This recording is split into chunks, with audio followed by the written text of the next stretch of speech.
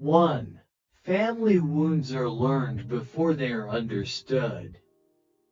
Family wounds rarely begin with awareness. They are absorbed long before anyone has language for them. Children do not analyze emotional environments.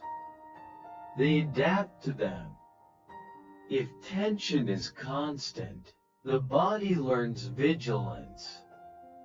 If silence replaces repair, the body learns suppression. If love is unpredictable, the body learns to brace. These lessons are not taught directly.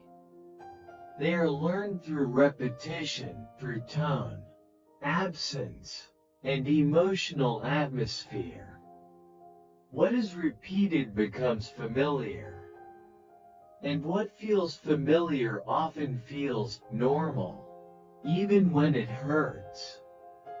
This is why family wounds persist. They are not questioned early on. They are embodied. A child does not ask, "Is this healthy?" A child asks, "How do I stay connected?" And the body answers by adapting. Understanding this shifts the story. Family wounds are not passed down through intention or cruelty. They are passed down through unexamined emotional learning. Awareness begins when you realize that some reactions were learned in childhood, not chosen in adulthood. 2. Unhealed pain doesn't disappear, it changes form. Pain that is not processed does not end. It transforms. Grief becomes emotional distance. Fear becomes control. Shame becomes silence. Each generation inherits not the original event, but the emotional response that was never resolved. This is why patterns repeat even when circumstances change. A family may become more stable, more educated, more successful, yet still struggle with the same emotional themes. Because what was never felt fully was never released. Children sense what adults avoid. They carry emotional tension without understanding its origin. Over time, this inherited pain becomes normalized behavior. It looks like personality. It feels inevitable. But it is not destiny. It is unfinished emotional work. Recognizing this allows compassion. Not only for yourself, but for those who carried pain without tools to process it. Family wounds last because they were never given space to end. 4. Children inherit emotional roles, not just DNA. Many children grow up inside emotional roles assigned by necessity. The strong one, the caretaker, the quiet one, the mediator. These roles help families function, but they also ask children to carry emotional weight too early. Over time, the role becomes identity, and the child grows into an adult who still performs it, even when the family no longer needs it. This is why family wounds last. Roles are rarely questioned. They are rewarded. But roles limit emotional freedom. They prevent full expression. They delay authenticity. Recognizing inherited roles is not about abandoning family. It is about releasing obligations that were never meant to be permanent. You can love your family without continuing to play a role that costs you your wholeness. 5. Families repeat what they never learned to repair. What keeps family wounds alive is not conflict.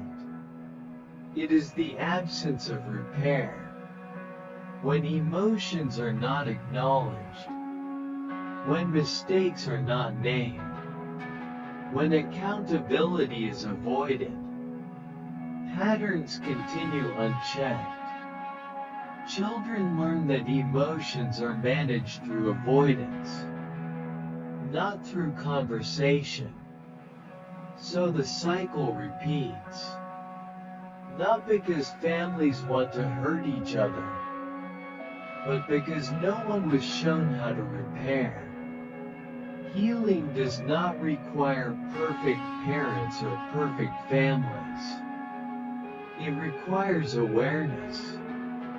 The moment someone notices a pattern and chooses not to repeat it, the cycle pauses. That pause is powerful. It is where generational wounds begin to lose momentum. 6. Awareness is the moment the cycle finally pauses.